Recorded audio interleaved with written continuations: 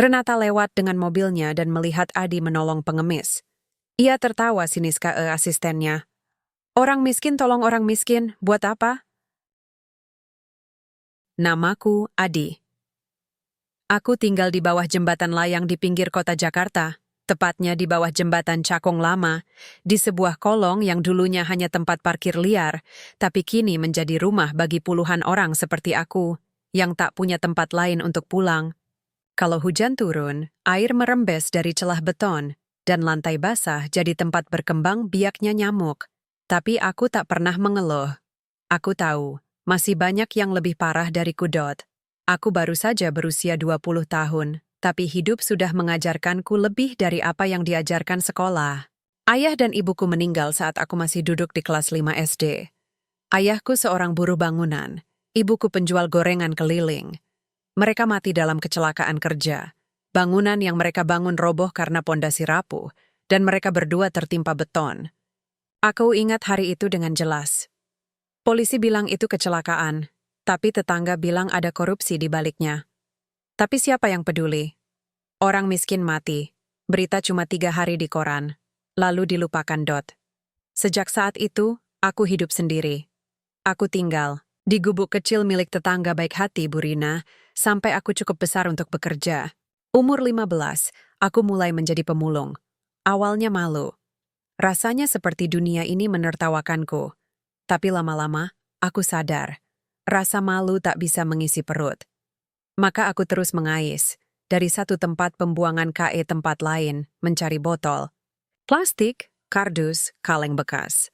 Apa saja yang bisa dijual KE pengepul.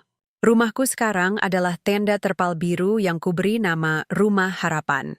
Aku memasangnya di sudut kolong jembatan yang paling kering. Di dalamnya hanya ada tikar tipis, bantal kempes, tas gendong tua, dan kotak kayu kecil tempat aku menyimpan foto orang tuaku. Foto itu satu-satunya warisan yang tersisa. Kadang, kalau malam hujan dan angin berhembus kencang, aku duduk di depan tenda, menatap langit yang gelap dan berbisik, "Ma, Pa, aku masih bertahan. Aku janji, aku akan jadi orang baik. Meski dunia ini kejam, aku tak mau jadi kejam juga."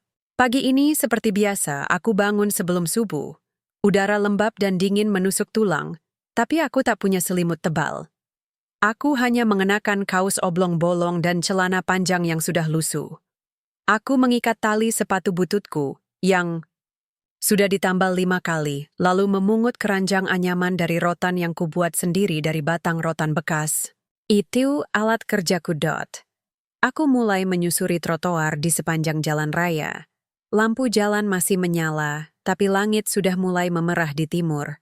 Aku berjalan pelan, mataku selalu waspada, mencari kardus yang tercecer, botol yang tergeletak di depan warung, atau kaleng bekas di tempat sampah.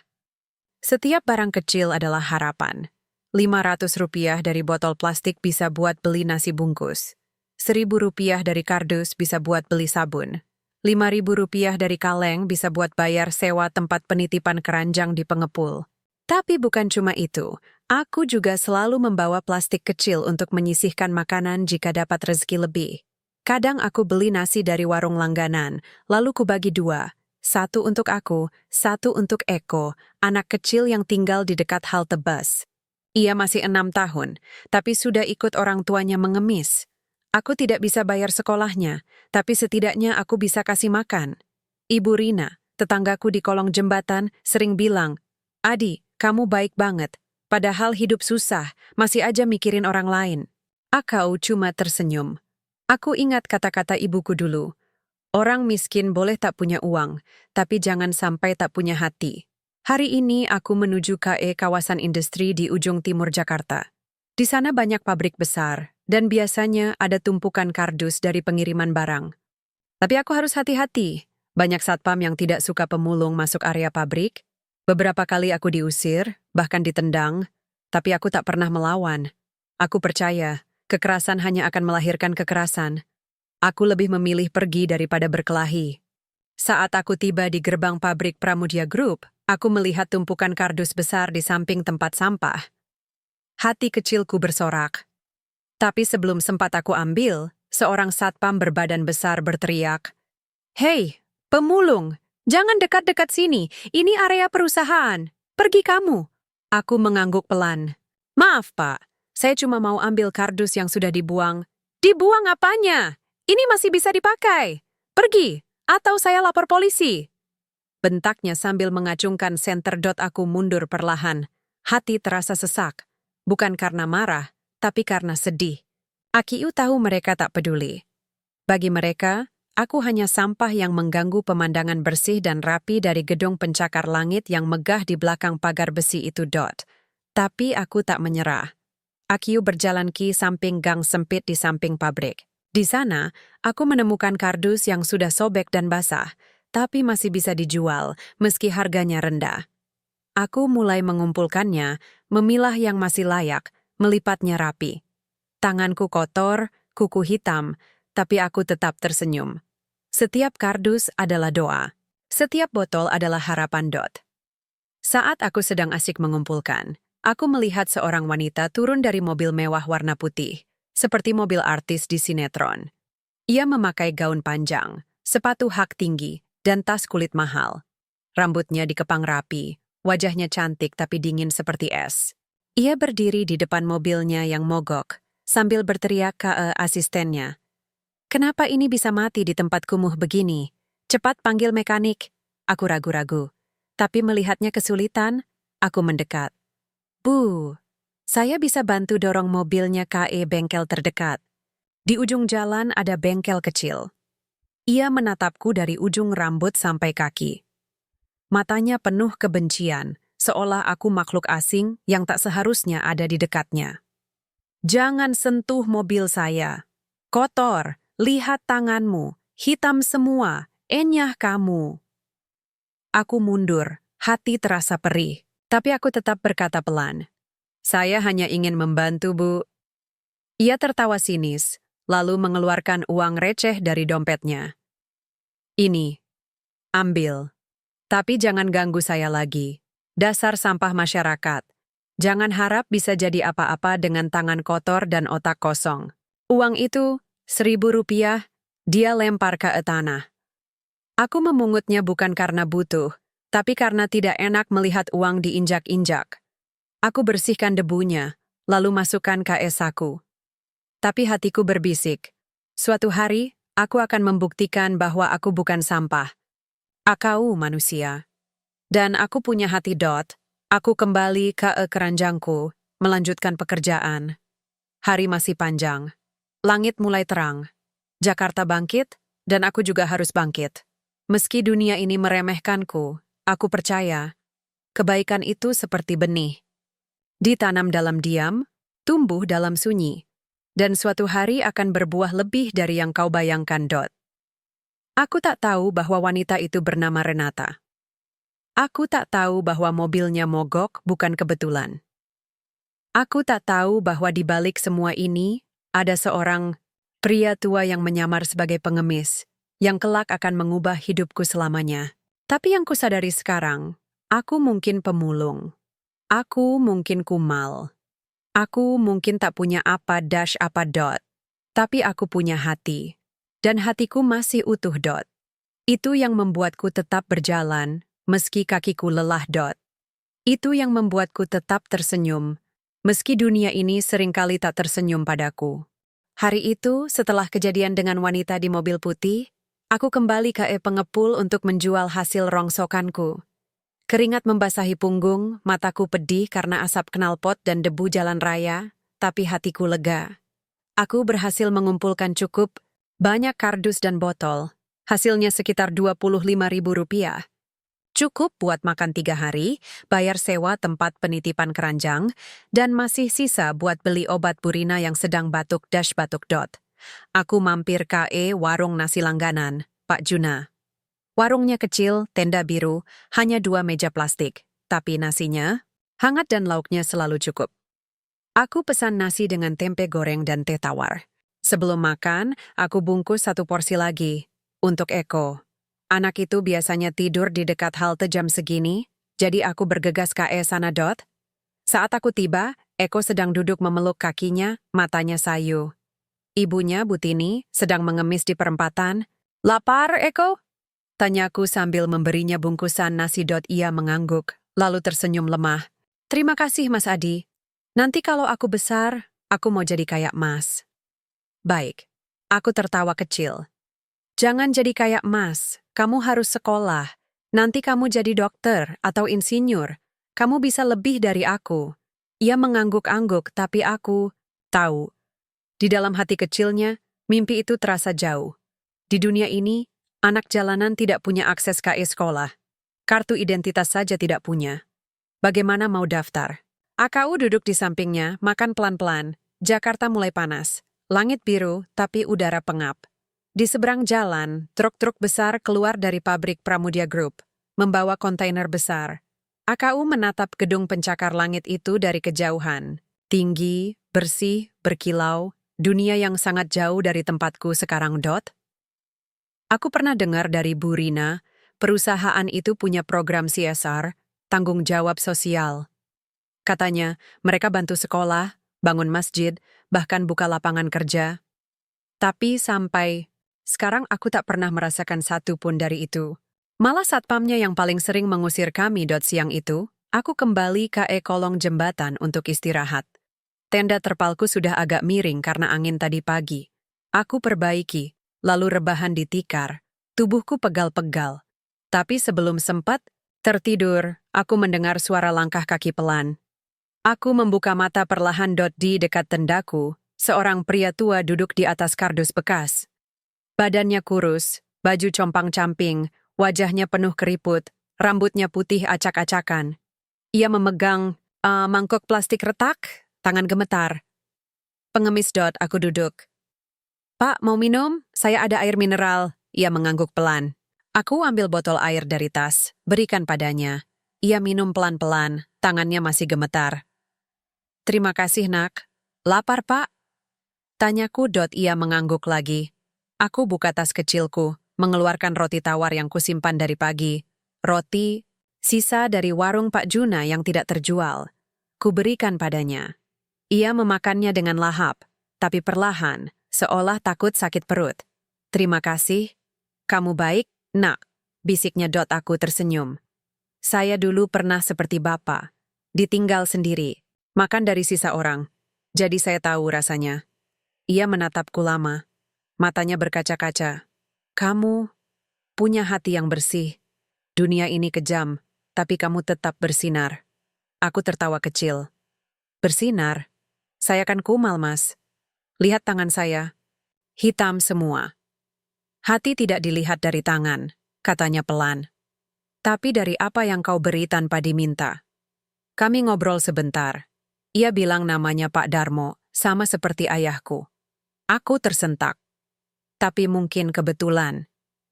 Ia bilang ia berasal dari Jawa Tengah, terpisah dari keluarga karena bencana banjir. Ia datang ke Jakarta untuk mencari anaknya, tapi gagal. Sekarang, ia mengemis dari satu tempat ke tempat lain. Aku kasihan. Aku tahu bagaimana rasanya kehilangan keluarga. Maka aku ajak ia duduk di bawah tenda kecilku, biar tidak kepanasan. Aku pinjamkan jaket tipisku. Ia tidur sebentar. Aku duduk di sampingnya, menjaga. Malam harinya, hujan turun. Bukan gerimis, tapi hujan lebat yang disertai petir. Kolong jembatan mulai banjir kecil. Air menggenang dan angin menerpa tenda. Aku buru-buru memperbaiki tali temali, tapi terpal mulai robek. Aku lihat Pak Darmo kedinginan, basah kuyup. Tanpa pikir panjang, aku ambil jas hujan plastikku, yang sudah bolong di beberapa bagian, tapi masih bisa menahan air. Kuberikan padanya. Pak, pakai ini, saya kuat, tidak apa-apa basah.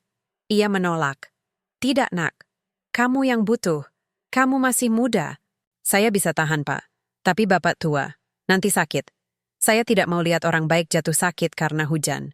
Akhirnya ia memakainya. Aku membantunya berdiri. Ayo, Pak. Di dekat sini ada posko darurat. Mereka biasanya buka malam hari buat orang kehujanan. Dengan susah payah, aku antar dia ke posko yang jaraknya sekitar 500 meter. Jalanan licin, gelap, hanya diterangi lampu jalan yang redup. Aku pegang tangannya erat-erat. Ia terus mengucapkan terima kasih, tapi aku hanya mengangguk. Saat kami tiba, petugas posko heran melihatku membawa pengemis. Kamu bawa dia, Mas? Dia, kehujanan, Mas. Saya cuma bantu. Jawabku. Mereka kasih tempat duduk buat Pak Darmo, teh hangat, dan selimut. Ia mulai menghangat. Ia menatapku, matanya penuh rasa terima kasih yang dalam. Kamu tidak seperti yang lain. Kamu tulus. Aku hanya tersenyum. Saya manusia biasa, Pak. Cuma punya hati yang ingin membantu. Beberapa jam kemudian, hujan reda. Aku pamit pulang. Sebelum pergi, Pak Darmo berkata pelan, "Suatu hari, langit akan membalas kebaikanmu. Percayalah." Aku mengangguk, lalu berjalan pulang dalam kegelapan. Kakiku lelah, bajuku basah, tapi hatiku hangat. Esok harinya, aku kembali ke tempat biasa. Tapi yang membuatku terkejut, mobil putih kemarin muncul lagi, di tempat yang sama. Dan wanita itu, Renata, berdiri di sana, kali ini dengan pria paruh baya yang tampak seperti direktur, memakai kemeja rapi dan jam tangan mewah. Aku buru-buru menyembunyikan diri di balik tiang jembatan, tak ingin diusir lagi. Tapi mataku tertuju pada mereka. Renata sedang marah-marah kayak pria itu. "Pak, saya tidak butuh program CSR yang cuma pencitraan. Saya butuh hasil. Saya butuh angka. Kalau kita mau ekspansi ke Eropa, kita harus punya reputasi bersih, bukan cuma bagi-bagi sembako ke orang miskin." Pria itu, yang kemudian kudengar dipanggil Pak Pramudia, hanya tersenyum tenang. "Renata, reputasi bukan cuma dari laporan keuangan, tapi dari hati orang-orang yang kita sentuh." "Hati? Bapak terlalu naif. Dunia bisnis tidak butuh hati, butuh keuntungan." Aku mendengar semuanya. Hatiku sakit. Tapi aku juga heran. Bagaimana bisa orang sekaya itu tidak percaya pada hati? Tiba-tiba, Renata menunjuk ke arahku. Aku belum sempat kabur. "Lihat itu, pemulung kemarin. Itu dia yang berani-beraninya mendekati mobil saya. Kotor, tidak tahu tempat." Pramudia menoleh, matanya menatapku. Tapi bukan dengan kebencian, melainkan dengan sesuatu yang aneh. Seperti pengenalan? Seperti pernah melihatku sebelumnya. Ia melangkah mendekat. Aku berdiri kaku. "Kamu yang kemarin bantu pengemis waktu hujan, kan?" tanyanya. Aku mengangguk, pelan. "Iya, Pak. Namanya Pak Darmo." Dia kedinginan. Renata tertawa keras. "Ayah, jangan bilang ayah mau kasih hadiah ke pemulung karena dia kasih roti ke pengemis." "Itu namanya buang-buang uang." Pramudia tidak menjawab. Ia hanya menatapku lama. Lalu, pelan-pelan, ia berkata, "Terima kasih. Kamu manusia langka." Aku terdiam. Tidak menyangka akan mendengar kata itu dari orang sekelas dia. Renata memotong. "Ayah, ayo pergi. Jangan buang waktu di tempat kumuh seperti ini. Nanti kena virus." Mereka pergi. Tapi sebelum mobilnya menyalip, Pramudia menoleh ke belakang. Matanya bertemu dengan mataku, dan untuk sesaat aku merasa ada sesuatu yang terjadi. Seperti benang, tak kasat mata yang mulai terhubung. Aku tidak tahu siapa sebenarnya Pak Darmo. Aku tidak tahu bahwa pria tua yang kubantu itu adalah Pramudia yang menyamar. Aku tidak tahu bahwa wanita sombong itu akan suatu hari memanggilku suamiku. Tapi yang kurasakan saat itu, dunia mulai berubah. Perlahan, seperti embun yang menetes di daun sebelum fajar. Aku masih pemulung. Aku masih tinggal di bawah jembatan. Tapi, mungkin aku bukan hanya bayang-bayang lagi. Mungkin aku mulai menjadi cahaya. Hari-hari berjalan seperti biasa. Aku kembali ke rutinitas. Bangun pagi, mengais rongsokan, makan secukupnya, dan membantu siapapun yang bisa kubantu. Tapi sesuatu berubah sejak pertemuan dengan Pak Pramudia dan putrinya, Renata. Bukan karena aku jadi kaya atau diangkat jadi direktur, tidak sama sekali. Tapi ada perasaan aneh yang mengendap di hati. Seperti bayangan yang tak bisa kuabaikan. Seperti bisikan dari masa lalu yang mulai bangkit. Aku masih sering memikirkan pria tua yang kubantu waktu hujan, Pak Darmo. Ia menghilang setelah malam itu. Tidak pernah kembali KE kolong jembatan. Aku sempat tanya KE petugas posko, tapi mereka bilang tidak tahu. Mungkin dia dapat bantuan keluarga, kata salah satu relawan. Tapi aku merasa aneh. Caranya bicara, matanya, cara ia menatapku, seperti bukan pengemis biasa. Ada sesuatu yang tenang, bijak, seperti orang yang terbiasa memimpin, bukan mengemis. Aku tidak sempat merenung lama. Jakarta tidak pernah memberi waktu untuk berdiam diri. Hari itu, aku mendapat kabar mengejutkan. Bu Rina, tetanggaku yang selalu menyemangatiku, jatuh sakit. Batuknya makin parah, napasnya sesak. Aku bawa ia ke puskesmas terdekat, tapi dokter bilang ia butuh röntgen dan obat mahal. Kalau tidak diobati, bisa jadi TBC kronis. Katanya. Aku menatap dompet tipisku. Isinya hanya Rp30.000. Uang yang kusimpan buat beli jaket baru karena yang lama sudah bolong. Tapi melihat wajah Bu Rina yang pucat, aku tahu, aku harus korbankan semuanya. Aku jual sepatuku, sepatu butut yang sudah ditambal 5 kali. Aku tawarkan ke pengepul barang bekas, ia kasih 20.000. Kurang, aku pinjam 15.000 KE. Pak Juna dengan janji mengembalikan dalam 2 minggu. Aku belikan obat sesuai resep. Aku antar Bu Rina pulang, bantu ia minum obat, dan duduk di sampingnya sampai ia tertidur. Mas Adi, kamu anak baik. Doa ibumu pasti masih melindungimu. Bisiknya sebelum tertidur. Aku hanya menggenggam tangannya erat. Hatiku sesak. Aku ingin lebih. Aku ingin bisa bantu lebih banyak. Tapi apa daya?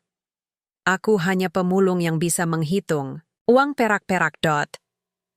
Beberapa hari kemudian, saat aku sedang mengais di dekat pasar tradisional, aku melihat sesuatu yang membuatku terpaku. Di pojokan jalan, seorang pengemis tua duduk di trotoar. Tubuhnya kurus, bungkuk, memakai baju compang-camping, yang sama seperti waktu hujan itu. Ia memegang mangkok plastik, tapi matanya tidak meminta-minta. Ia menatap lurus ke depan, seperti sedang merenung. Aku mendekat pelan. Saat ia menoleh, jantungku berdebar kencang. Itu dia. Pak Darmo. Tapi kali ini, caranya duduk berbeda. Tidak seperti orang yang benar-benar putus asa. Ia tenang. Bahkan, saat orang melempar uang, ia tidak langsung meraihnya. Ia tunggu, lalu angkat perlahan, seolah menghargai setiap rupiah yang diberi. Pak Darmo, panggilku pelan. Ia menatapku. Ada senyum samar di wajahnya.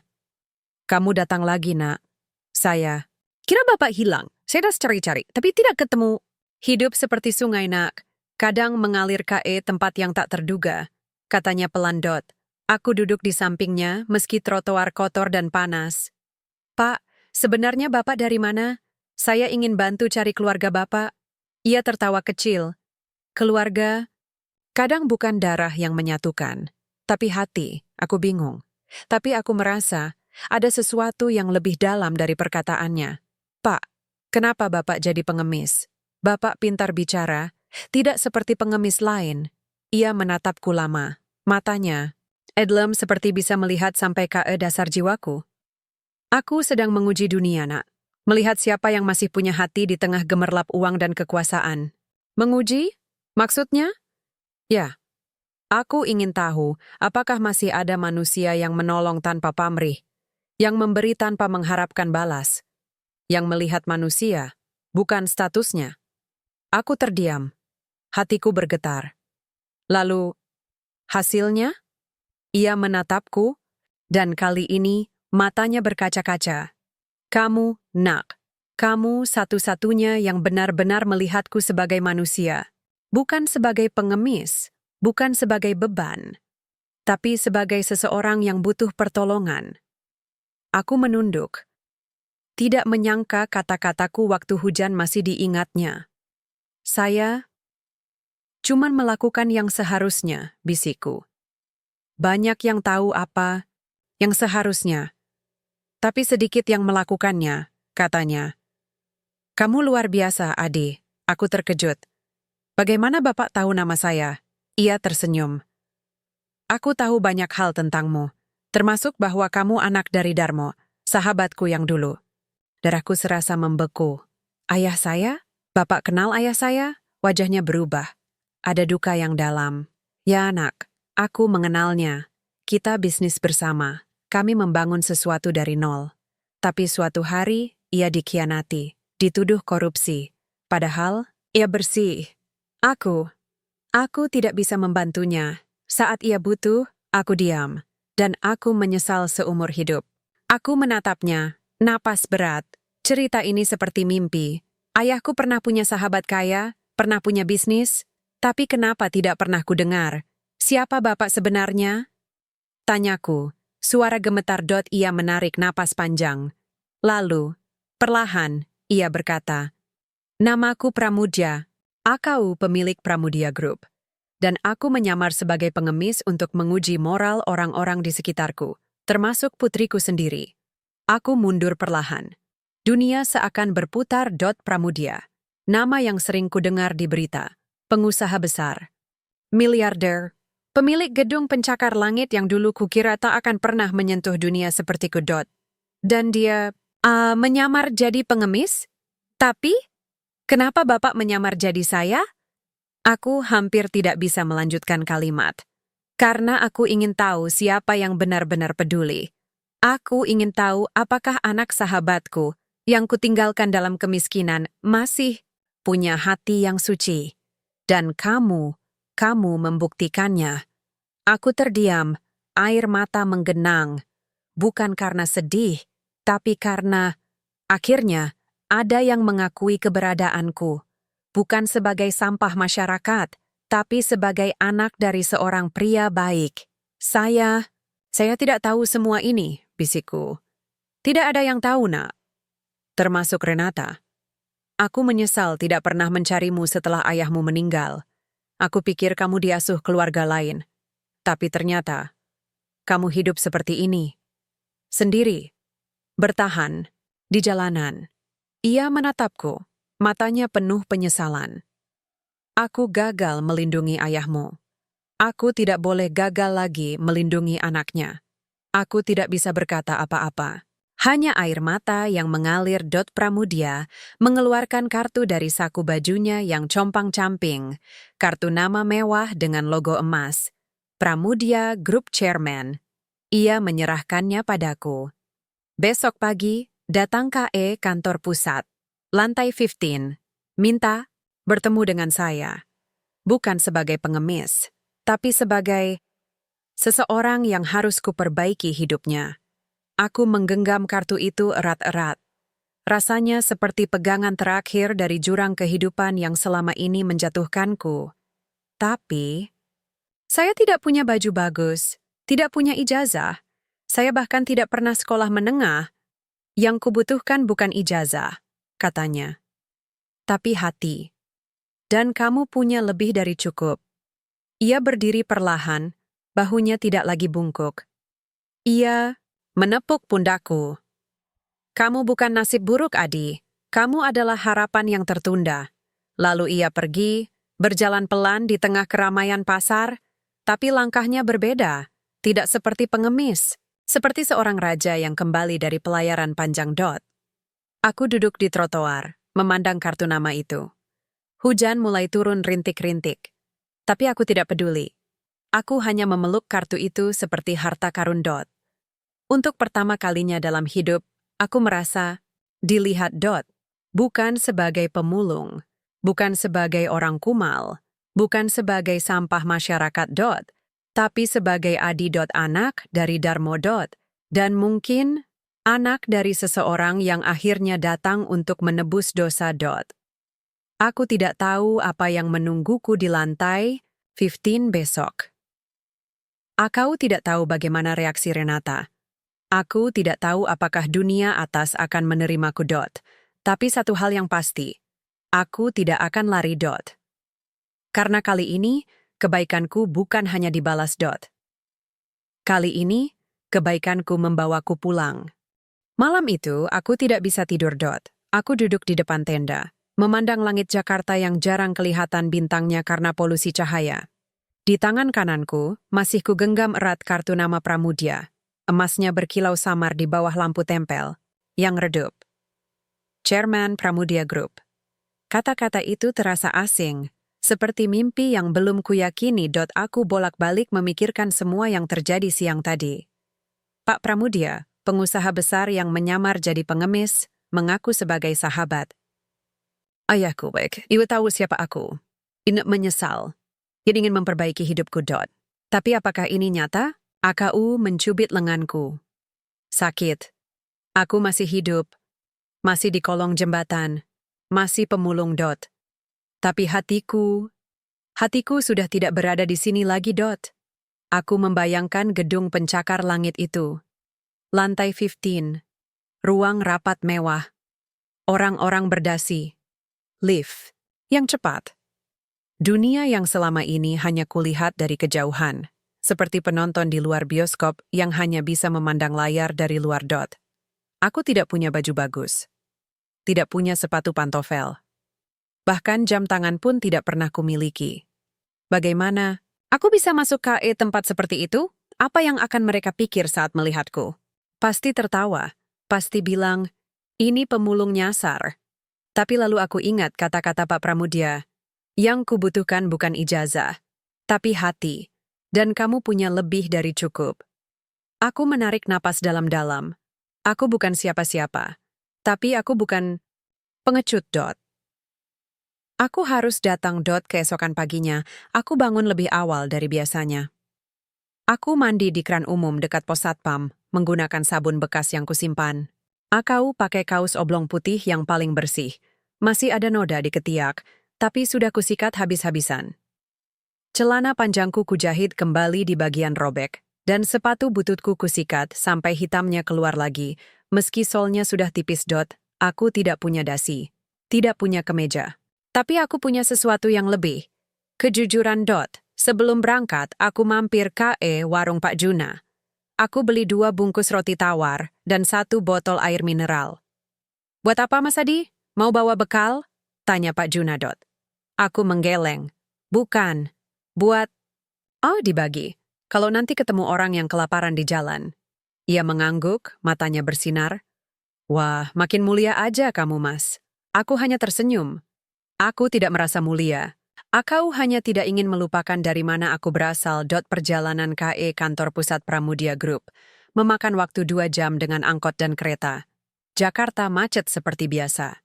Tapi aku tidak kesal. Aku malah menikmati pemandangan.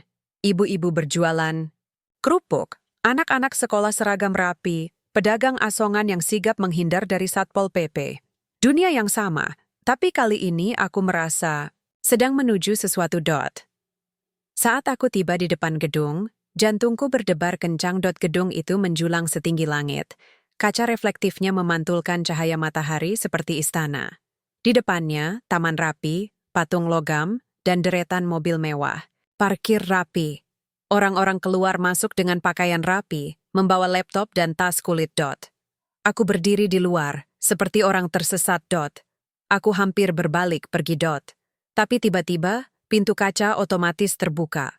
Dan di sana, berdiri Pak Pramudia, dengan setelan jas hitam, rambut putih rapi, wajah tenang seperti gunung. Ia melihatku. Dan bukannya marah atau malu, ia tersenyum. Senyum yang hangat, seperti ayah yang menemukan anaknya yang hilang. Adi, panggilnya pelan.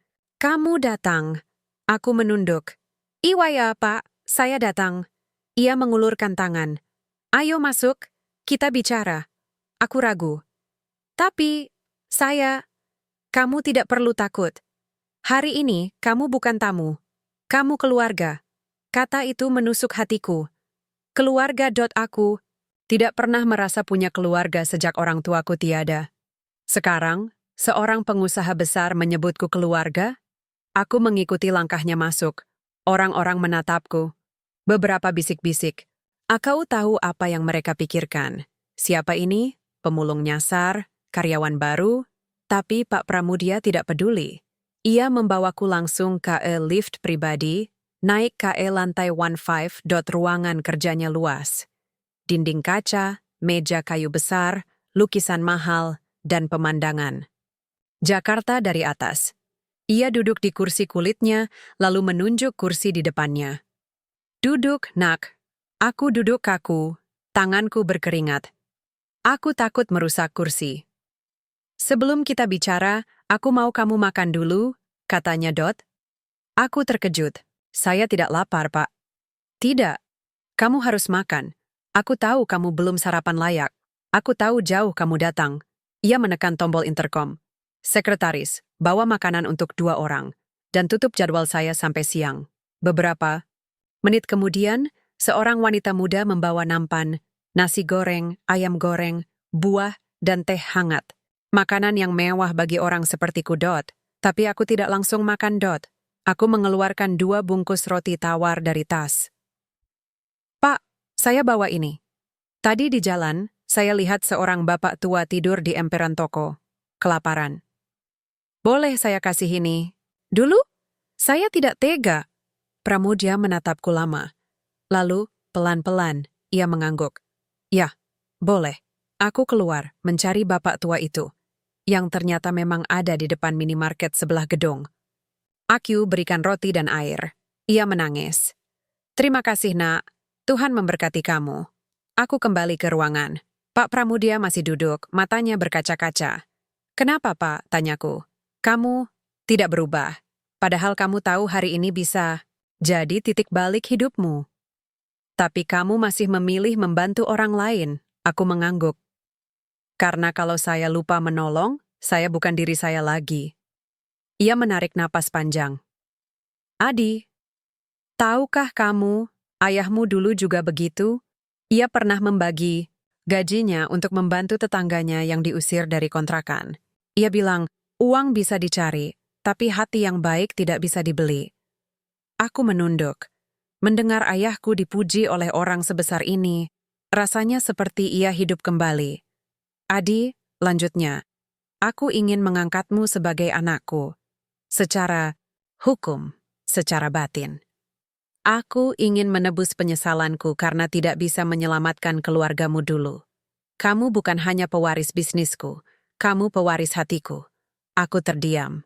Air mata mengalir tanpa kusadari. Tapi, saya tidak pantas, Pak. Saya tidak sekolah, saya tidak tahu apa-apa tentang bisnis. Kamu tahu lebih dari yang kau kira. Kamu tahu arti kerja keras. Kamu tahu arti kejujuran. Kamu tahu arti kasih. Itu yang tidak diajarkan di sekolah bisnis. Ia memberiku sebuah dokumen. Surat pernyataan pengangkatan anak. Dan surat penunjukan sebagai calon direktur muda di divisi CSR. Mulai hari ini, kamu akan belajar. Aku akan bimbing kamu, tapi kamu harus bersedia. Kamu harus berani masuk ke dunia yang tidak mengenalmu. Aku mengangguk pelan. Saya siap, Pak, tapi saya tidak ingin lupa dari mana saya berasal. Dan aku tidak ingin kamu lupa, katanya. Karena dari sanalah kekuatanmu berasal. Beberapa jam kemudian, aku keluar dari gedung dengan perasaan aneh. Aku bukan lagi pemulung yang sama. Tapi aku juga belum menjadi orang baru, Dot. Saat aku berjalan menuju halte, hujan turun deras. Langit gelap, angin kencang. Aku basah kuyup, tapi aku tidak peduli, Dot. Lalu cuma aku melihatnya, Dot. Di bawah kolong jembatan, tempat biasa Pak Pramudia menyamar, seorang pria tua duduk sendirian, basah, kedinginan. Ia memeluk lututnya, gemetar, Dot. Aku berlari mendekat, Dot. Itu bukan Pak Pramudia. Ini pengemis sungguhan, Dot. Aku langsung melepas jaketku, yang sudah bolong, tapi masih bisa menahan angin, dan memberikannya. Pak, pakai ini, nanti sakit. Ia menatapku, bingung. Mas, kamu tidak takut saya jahat? Aku percaya pada orang baik, kataku, Dot. Aku ambil roti terakhir dari tas, berikan padanya. Ini, makan, biar hangat. Ia menangis. Mas, kamu malaikat. Aku hanya tersenyum. Saya cuma manusia biasa yang pernah dibantu orang baik, sekarang giliran saya. Saat aku berdiri, Aku melihat mobil mewah berhenti di dekat jembatan. Kaca jendelanya turun. Renata. Ia menatapku dari dalam mobil, matanya lebar. Ia melihat aku, basah kuyup, memberi jaket dan roti pada pengemis. Tersenyum di tengah hujan. Wajahnya berubah. Bukan sinis, bukan marah, tapi bingung, terkejut. Mungkin tersentuh. Ia tidak berkata apa-apa. Hanya menaikkan kaca perlahan. Lalu mobilnya pergi. Tapi aku tahu. Ada sesuatu yang mulai retak di hatinya. Bukan keangkuhan, tapi pertanyaan. Siapa sebenarnya pemulung ini? Dan untuk pertama kalinya, aku merasa mungkin kebaikan bukan hanya mengubah hidupku. Mungkin cuma kebaikan bisa mengubah dunia. Termasuk hati seorang wanita kaya yang dulu menganggapku sampah. Aku berdiri di bawah hujan, memandang langit. Hujan bercampur air mata. Tapi kali ini bukan karena sedih. Kali ini karena harapan. Harapan yang dulu kubawa dalam hati, kini mulai turun dari langit. Seperti roti dan air hujan. Seperti keajaiban yang datang tanpa kuduga. Hujan sudah reda, tapi jaketku hilang. Aku pulang ke kolong jembatan dengan punggung basah dan hati hangat. Udara malam dingin menusuk tulang, tapi aku tidak merasa kedinginan. Pikiranku terlalu sibuk memproses apa yang terjadi hari ini. Aku, Adi, anak yatim piatu yang dulu tidur di emperan toko, sekarang diangkat sebagai anak oleh Pak Pramudia, calon direktur muda, anggota keluarga besar. Bukan lagi bayang-bayang di bawah jembatan. Aku duduk di depan tenda, menatap foto orang tuaku yang kusimpan dalam kotak kayu. Pa, Ma, hari ini, saya merasa dekat dengan kalian. Ada yang akhirnya mengenali darah kalian dalam diriku. Aku tidak tahu apakah mereka bisa mendengar, tapi aku yakin mereka tersenyum. Keesokan paginya, aku kembali ke kantor Pramudia Group. Kali ini, aku membawa tas kecil berisi baju ganti dan peralatan mandi. Pak Pramudia sudah menunggu. Ia memberiku seragam perusahaan, kemeja putih, celana hitam, dan sepatu pantofel baru. Ini awal barumu, katanya. Tapi ingat, seragam ini bukan untuk membuatmu lupa siapa dirimu, tapi untuk menunjukkan bahwa orang baik juga berhak tampil layak. Aku mengganti pakaian di kamar mandi khusus direktur. Saat melihat bayanganku di cermin, aku hampir tidak mengenali diriku. Rambutku yang biasanya acak-acakan kusisir rapi. Wajahku, meski masih kusam, terlihat lebih segar. Sepatu baruku terasa aneh di kaki, tapi nyaman. Aku bukan pemulung lagi, tapi aku masih Adi. Pak Pramudia membawaku ke divisi CSR, Corporate Social Responsibility, yang akan kujalani sebagai bagian dari pelatihan. Ruangannya luas, modern, penuh, orang berdasi. Saat kami masuk, semua mata menatap. Beberapa bisik-bisik. Aku merasa seperti ikan yang dilempar ke darat. Tim, kata Pak Pramudia dengan suara tegas. Ini Adi Darmawan. Dimulai hari ini, Tis akan berabri dengan tim CSR sebagai calon direktur muda. Tis akan belajar dari kalian, dan suatu hari mungkin akan memimpin kalian. Saya harap kalian menyambutnya dengan hangat. Aku mengangguk pelan. Terima kasih ke semua. Saya masih belajar, tapi saya akan berusaha. Beberapa orang mengangguk sopan, tapi aku melihat tatapan mereka. Campuran rasa tidak percaya, sinis, bahkan jijik. Salah satu manajer, seorang pria berkacamata tebal, berbisik pelan rekan kerjanya, ini beneran anak jalanan jadi calon direktur? Apa Pak Pramudia sedang uji coba sosial? Aku pura-pura tidak mendengar. Tapi hatiku terluka. Bukan karena dihina, tapi karena aku tahu. Mereka tidak melihat hatiku. Mereka hanya melihat masa laluku. Hari pertamaku diisi dengan presentasi tentang program CSR perusahaan, pembangunan sekolah, donasi panti, pelatihan wirausaha. Semuanya terdengar bagus. Tapi saat aku melihat angkanya, aku merasa ada yang salah. Program ini hanya menyentuh 5% dari total populasi miskin di sekitar pabrik, kataku pelan, saat sesi tanya jawab. Semua menatapku. Manajer berkacamata itu menyeringai. Dan kamu tahu angka pastinya dari mana? Dari pengalaman mengais rongsokan? Aku menarik napas. Saya tahu karena saya tinggal di sana. Saya tahu berapa banyak anak yang tidak sekolah. Saya tahu berapa banyak ibu yang harus menjual barang demi makan. Program ini bagus, tapi terlalu jauh dari realita. Ini pencitraan, bukan solusi. Ruangan hening. Pak Pramudia tersenyum samar. Lanjutkan, Adi, aku melanjutkan. Kalau kita benar-benar ingin membantu, kita harus turun ke lapangan. Kita harus duduk bersama mereka, makan bersama, dengar keluhan mereka, bukan cuma kasih sembako lalu pulang. Kita harus bangun kepercayaan, bukan sekadar laporan. Beberapa orang mulai mengangguk, tapi banyak juga yang mencatat dengan wajah datar. Seolah aku hanya anak desa yang kelewat bicara. Tiba koma pintu. Ruangan terbuka. Renata masuk. Ia mengenakan blazer merah marun. Rambutnya dikepang rapi, wajahnya dingin seperti es. Ia membawa folder tebal. Maaf mengganggu rapat, katanya dengan suara tajam. Tapi saya perlu bertemu ayah. Ada laporan keuangan yang harus ditandatangani sebelum rapat dewan. Pak Pramudia mengangguk. Sebentar, Nak. Kita lanjutkan nanti? Renata menatapku. Matanya menyipit. Oh, jadi ini dia? Pemulung yang ayah angkat? Calon direktur? Aku mengangguk. Iya, Bu. Saya Adi. Ia tertawa kecil, sinis. Direktur? Kamu bahkan tidak bisa baca laporan keuangan. Kamu tahu apa tentang ROI, cash flow, atau strategic planning? Tidak, Bu. Jawabku jujur. Tapi saya tahu apa itu lapar. Saya tahu apa itu diusir dari rumah. Saya tahu apa itu diperlakukan seperti sampah. Dan saya tahu uang tidak bisa mengukur nilai manusia. Wajahnya berubah. Marah. Ayah, ini gila. Kamu mau serahkan perusahaan yang kita bangun bertahun-tahun pada orang yang tidak punya pendidikan, tidak punya pengalaman, hanya karena dia kasih roti pengemis? Ini bukan dongeng. Ini dunia nyata. Pak Pramudia tetap tenang. Renata, dunia nyata butuh lebih dari angka, butuh hati, dan Adi punya lebih dari cukup. Ia menatapku, matanya penuh kebencian.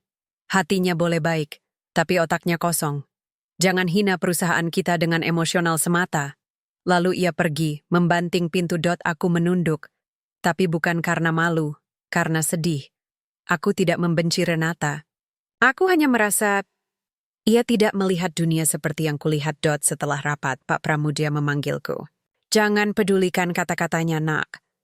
Renata dibesarkan dalam dunia angka dan prestasi. Ia belum belajar bahwa kebaikan itu juga strategi. Aku tidak marah, Pak, kataku. Tapi aku ingin ia tahu bahwa orang seperti saya juga punya mimpi, punya harapan, punya harga diri. Ia menepuk bahuku. Dan suatu hari, ia akan tahu, karena kamu akan tunjukkan. Beberapa hari kemudian, aku mulai turun ke lapangan bersama tim CSR. Kami mengunjungi pemukiman liar di sekitar pabrik. AKU langsung mengenali tempatnya, dekat tempat Eko dan Butini tinggal. Saat kami tiba, warga menyambut dengan curiga. Mereka sudah sering dikunjungi pejabat, dikasih janji, lalu dilupakan. Tapi aku langsung duduk di tanah bersama mereka. Aku makan nasi bungkus dari warung pinggir jalan, sama seperti mereka. Aku ajak bicara Butini, main dengan Eko, dengarkan keluhan. Warga tentang banjir, listrik mati, dan ancaman penggusuran. Tim CSR terkejut. Mas Adi, kita bisa duduk di tenda darurat. Tidak, kataku.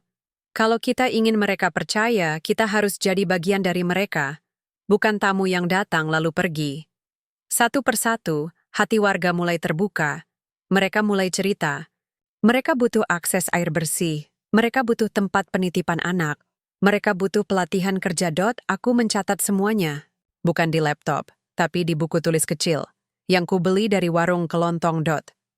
Saat kami pulang, aku melihat mobil putih Renata terparkir di dekat pabrik. Ia sedang berbicara dengan manajer produksi. Aku tidak sengaja mendengar. Program CSR. Itu buang-buang anggaran. Mending uangnya dialihkan ke marketing. Manajer itu mengangguk. "Iya, Bu. Tapi ayah Anda bersikeras." "Saya tidak peduli. Saya yang akan mengambil alih perusahaan ini. Dan saya tidak akan biarkan emosional buta merusak profit." Aku berdiri diam di balik pohon. Hujan mulai turun. Tapi aku tidak peduli, aku tidak marah. Aku hanya prihatin, Renata, melihat dunia hanya dari angka. Ia tidak melihat bahwa di balik setiap rupiah yang dikeluarkan untuk CSR, ada anak yang bisa sekolah. Ada ibu yang bisa buka usaha. Ada manusia yang merasa dihargai. Malam itu, aku menulis surat. Bukan untuk siapa-siapa, hanya untuk diriku. Hari ini, aku menyadari, kekayaan bukan hanya uang. Kekayaan adalah saat seseorang bisa membuat orang lain tersenyum tanpa meminta balas. Aku tidak tahu apakah Renata akan pernah mengerti. Tapi aku akan terus mencoba. Karena aku percaya, hati yang beku bisa mencair jika diberi kehangatan yang tulus. Aku tidak tahu bahwa keesokan harinya, Renata akan dipaksa ayahnya ikut dalam kunjungan lapangan. Aku tidak tahu bahwa ia akan menyaksikan sendiri bagaimana anak-anak kumal menyambutku dengan teriakan, "Mas Adi datang." Aku tidak tahu bahwa ia akan melihatku membagi-bagikan sepatu bekas yang kubeli dari pasar loak sambil berkata, "Ini bukan sedekah, ini hak kalian untuk punya pelindung kaki." Tapi yang kurasakan malam itu, perang belum selesai. Tapi pertempuran untuk hati manusia telah dimulai. Dan aku siap berjuang. Bukan dengan kemewahan. Tapi dengan roti, air hujan, dan kebaikan yang tak pernah meminta imbalan. Hari ini, aku merasa seperti berjalan di antara dua dunia. Di satu sisi, aku duduk di ruang rapat lantai 15, memakai kemeja rapi, mencatat ide-ide program CSR yang ingin kusampaikan KE Pak Pramudia. Di sisi lain, malamnya, aku kembali KE Kolong, jembatan, duduk di tikar tipis, makan nasi bungkus dari warung Pak Juna, dan mendengarkan curhatan Bu Rina yang batuknya belum sembuh sepenuhnya. Aku bukan lagi sepenuhnya pemulung, tapi aku juga belum sepenuhnya bagian dari dunia atas. Aku masih merasa seperti penumpang yang naik kapal mewah, tapi hatinya tertinggal di dermaga. Namun cuma sesuatu mulai berubah. Beberapa hari setelah insiden, dengan Renata di dekat pabrik, Pak Pramudia memanggilku KE ruang kerjanya. Ia tampak lebih serius dari biasanya. Di mejanya, terbuka sebuah kotak kayu tua, penuh debu, seperti barang yang sudah lama disimpan. "Adi," katanya pelan, "aku ingin menunjukkan sesuatu. Sesuatu yang seharusnya kuperlihatkan sejak dulu." Aku duduk, jantungku berdebar. Ada sesuatu dalam nada suaranya, dalam tatapannya, yang membuatku tahu. Ini bukan sekadar rapat kerja. Ia membuka kotak itu perlahan.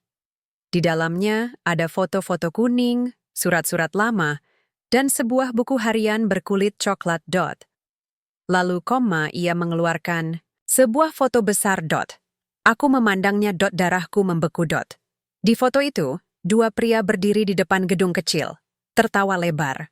Salah satunya adalah Pak Pramudia, muda, rambut hitam, senyum lebar, dan yang satunya, ayahku Darmo. Aku menahan napas. Aku tidak pernah melihat foto ayahku sebelumnya.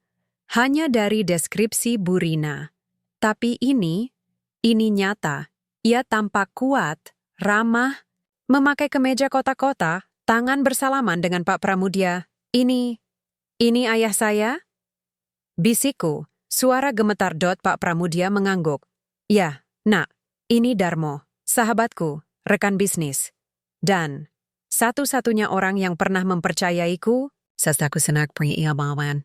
Aku mengambil foto itu, memegangnya erat-erat. Jari-jariku gemetar. Untuk pertama kalinya, aku bisa melihat wajah ayahku. Bukan hanya membayangkan. "Kami membangun perusahaan kecil bersama," lanjut Pak Pramudia. "Kontraktor bangunan. Kami mulai dari nol. Tapi kami punya mimpi, membangun rumah layak untuk orang miskin. Bukan gedung mewah untuk orang kaya." Aku mengangguk. "Sama seperti yang saya rasakan sekarang." "Ya," katanya, matanya berkaca-kaca. "Kamu benar-benar anaknya. Bahkan mimpimu sama." lalu wajahnya berubah muram. Tapi suatu hari, segalanya hancur. Ada skandal korupsi. Proyek pemerintah yang kami kerjakan dituduh markup anggaran. Semua bukti diarahkan KI Darmo. Padahal, dia bersih. Dia tidak pernah mengambil uang 1 rupiah pun yang bukan haknya. Aku menatapnya. Tapi, kenapa tidak dibela? Kenapa tidak ada yang membuktikan kebenarannya? Pak Pramudia menunduk. Aku takut, Nak. Aku punya bukti bahwa ada oknum pejabat dan rekan bisnis gelap yang bekerja sama untuk menjatuhkannya. Tapi saat itu, aku baru saja mulai bangkit. Aku punya istri, anak kecil, dan bisnis yang rapuh.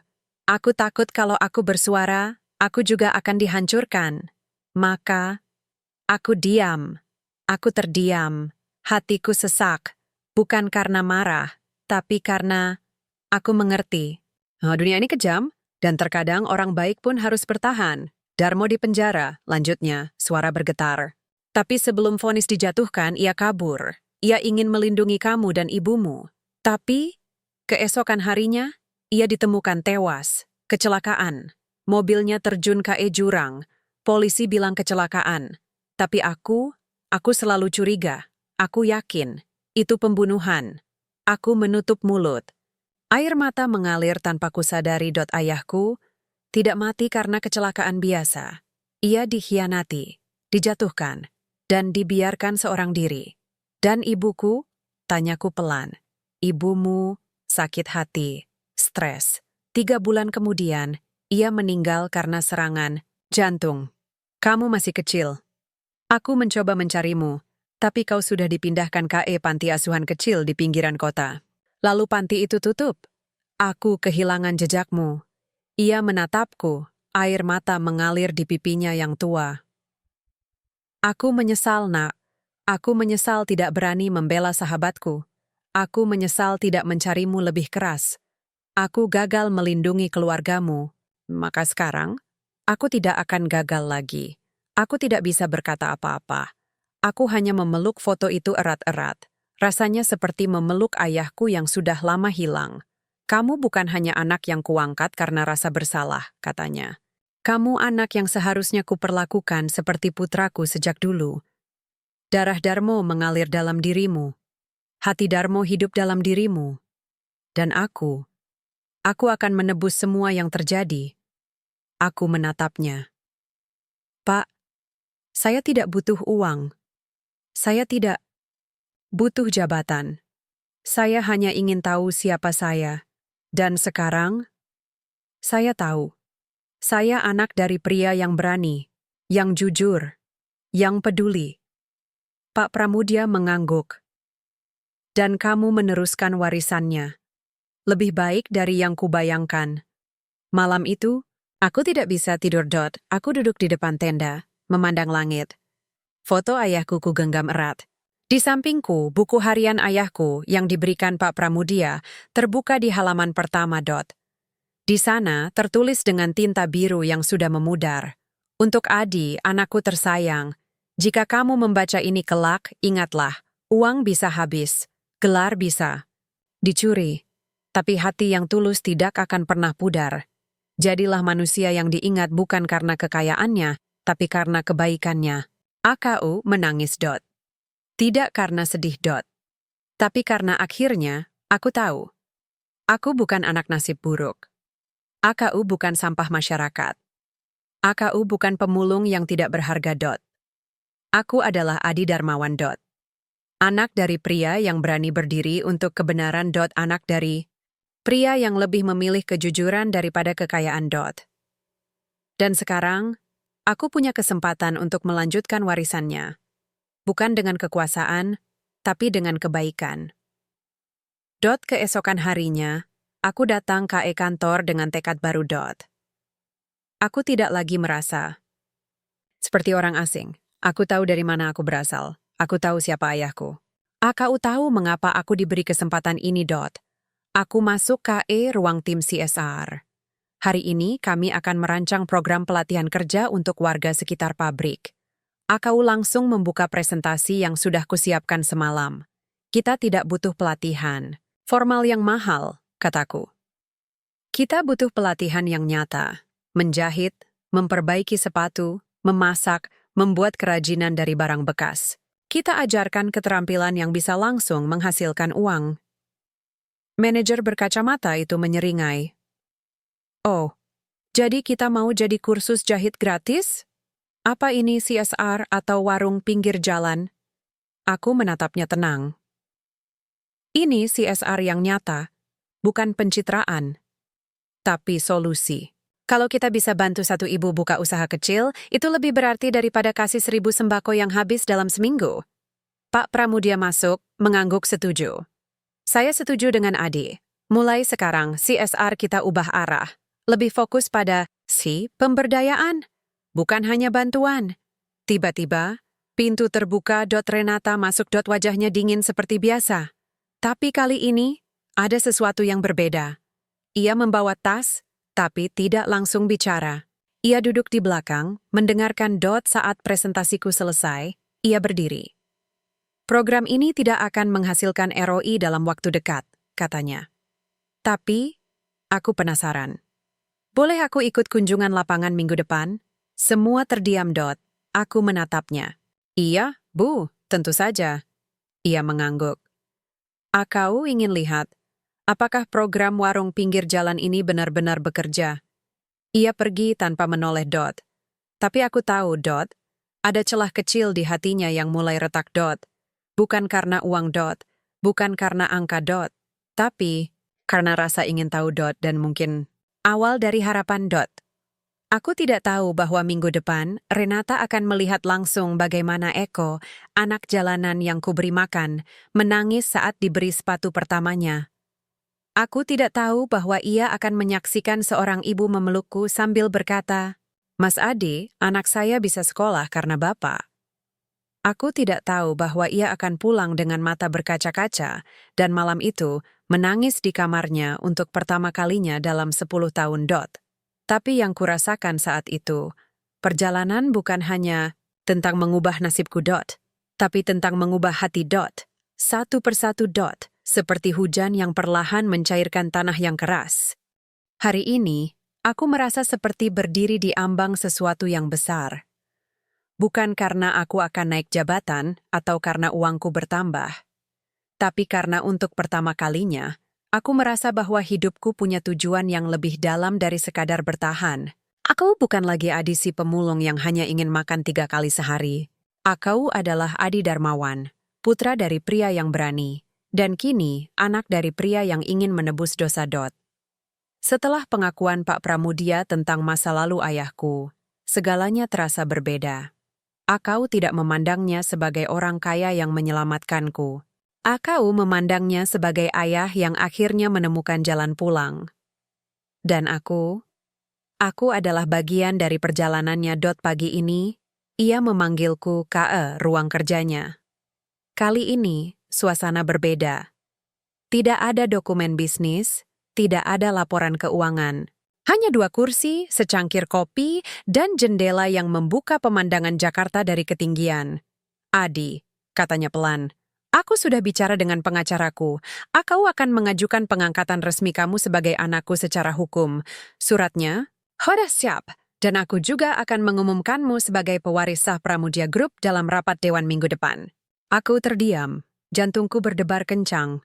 Pak, saya tidak tahu harus berkata apa. Saya tidak pernah bermimpi, bukan karena kamu mimpinya besar, potongnya, tapi karena hatimu besar. Aku tidak menyerahkan perusahaan ini karena rasa kasihan. Aku menyerahkannya karena aku percaya. Kamu adalah satu-satunya orang yang bisa membawa perusahaan ini kembali ke akar, ke nilai-nilai manusia. Aku menunduk. Tapi, bagaimana dengan Renata? Ia putri kandung Bapak. Ia yang dibesarkan untuk meneruskan bisnis. Pramudia menarik napas panjang. Renata memang pintar. Ia cerdas, tegas, dan punya visi bisnis yang kuat.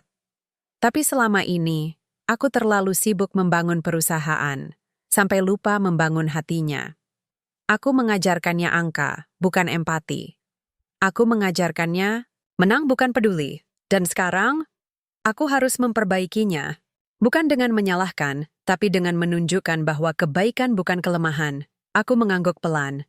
Saya harap suatu hari ia bisa mengerti. Dan kamu akan membantuku, katanya, menatapku tajam. Karena kamu bukan hanya pewaris bisnisku. Kamu adalah obat bagi keluargaku. Kata-kata itu membekas. Obat bagi keluargaku. Aku, anak jalanan, dianggap sebagai penyembuh luka batin sebuah keluarga kaya. Beberapa hari kemudian, hari yang ditunggu-tunggu tiba, kunjungan lapangan. Pertama Renata KE pemukiman sekitar pabrik. Ia datang dengan blazer hitam, sepatu hak tinggi, dan ekspresi datar. Ia membawa tablet, siap mencatat angka, efisiensi, dan potensi pengembalian investasi. Aku menyambutnya dengan senyum. Selamat datang Bu Renata. Ia mengangguk kaku. Ayo, mulai. Saya hanya punya 3 jam. Kami mulai berjalan menyusuri gang sempit, tanah becek, bau sampah dan air got. Ia mengangkat sepatunya agar tidak kotor, wajahnya meringis. Ini tempat tinggal manusia? Ya, jawabku. Tempat tinggal Eko, Butini, Pak Juna, dan ratusan orang yang bekerja di pabrik Bapak. Mereka tidak punya pilihan. Tapi mereka punya martabat. Ia tidak menjawab, hanya mencatat di tablet dashnya. Kami tiba di posko kecil tempat program pelatihan kerja kami berlangsung. Di sana, puluhan warga belajar menjahit, membuat kerajinan dari kardus bekas, dan memasak makanan ringan untuk dijual. Salah satu ibu, Bu Siti, menunjukkan tas rajutan hasil karyanya. Ini sudah saya jual di pasar, Bu. 2 minggu terakhir saya bisa kasih uang sekolah buat anak saya. Renata menatap tas itu, lalu KE tablet. Berapa keuntungan bersih per bulan? Bu Siti bingung. Saya tidak hitung, Bu. Tapi yang penting anak saya bisa sekolah. Renata mengernyit. Tanpa angka, bagaimana kita ukur keberhasilan? Aku maju. Keberhasilan bisa diukur dari senyum, Bu. Dari air mata bahagia. Dari harga diri yang kembali. Ia menatapku, tapi tidak membalas. Lalu Coma Eko berlari mendekat. Ia memakai sepatu baru, yang kubeli dari hasil tabungan kecilku. Mas Adi, lihat. Saya punya sepatu, nggak perlu lagi jalan kaki tanpa alas. Ia menari-nari. Anak-anak lain ikut tertawa. Renata menatapnya lama. Untuk pertama kalinya, wajahnya tidak dingin. Ada sesuatu yang bergetar di matanya. Kenapa kamu kasih dia sepatu? Tanyanya pelan. Karena kaki anak-anak harus dilindungi, jawabku. Bukan hanya dari kotoran, tapi dari rasa tidak dihargai. Ia terdiam. Kemudian Coma kami diajak KE rumah Bu Rina. Ia masih sakit, tapi sudah bisa duduk. Ia menyambut kami dengan senyum lemah. Mas Adi, kamu bawa tamu? Iya, Bu. Ini Bu Renata, putri dari Pak Pramudia. Bu Rina mencoba bangkit, tapi aku menahannya. Jangan, Bu, istirahat saja. Renata melihat sekeliling. Rumah dari triplek, atap bocor, kasur tipis di lantai. Ia tidak bicara, tapi tangannya perlahan menyentuh dinding yang lembab. Berapa lama Ibu tinggal di sini? Tanyanya. Sudah 15 tahun, Bu.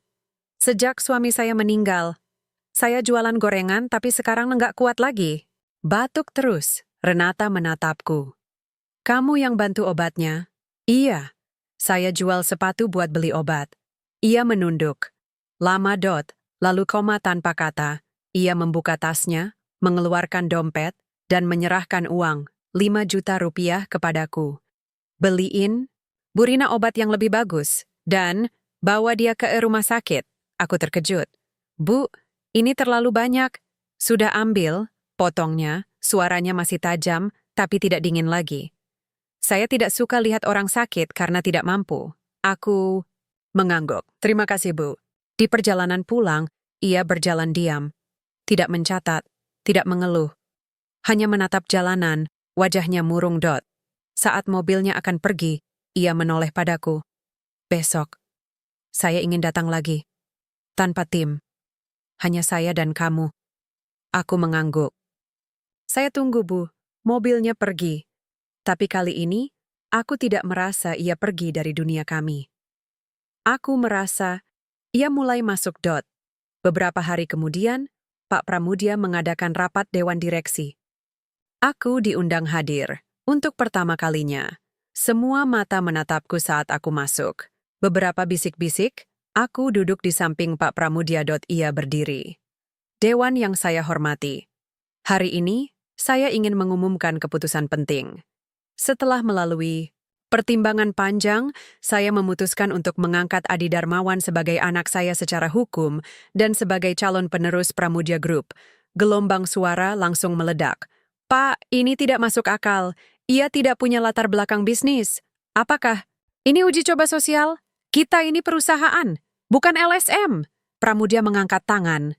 Saya tidak memilih pewaris berdasarkan gelar. Saya memilih berdasarkan karakter. Adi adalah satu-satunya orang yang menolong saya saat saya menyamar sebagai pengemis. Ia memberi roti, jaket, dan harapan, tanpa tahu siapa saya. Ia adalah anak dari sahabat saya yang dulu dikhianati dan dibiarkan mati. Dan saya ingin menebus dosa saya, bukan hanya dengan uang, tapi dengan keadilan. Ruangan Hening. Ia menatap mereka satu persatu. Kalau ada yang meragukan, tanyakan pada hatinya, siapa yang lebih layak memimpin perusahaan ini? Orang yang tahu semua rumus, tapi tidak tahu arti kebaikan?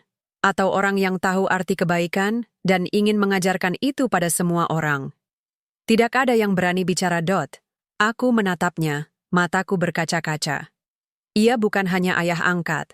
Ia adalah pahlawan yang akhirnya menemukan keberaniannya. Saat rapat usai, Renata mendekat.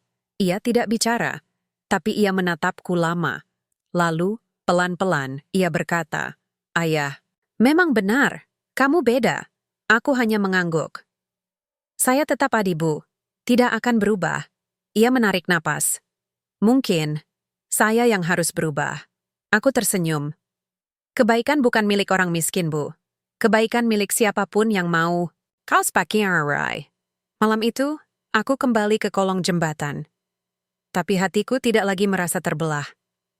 Aku tahu, aku bisa hidup di dua dunia. Karena aku bukan milik salah satunya.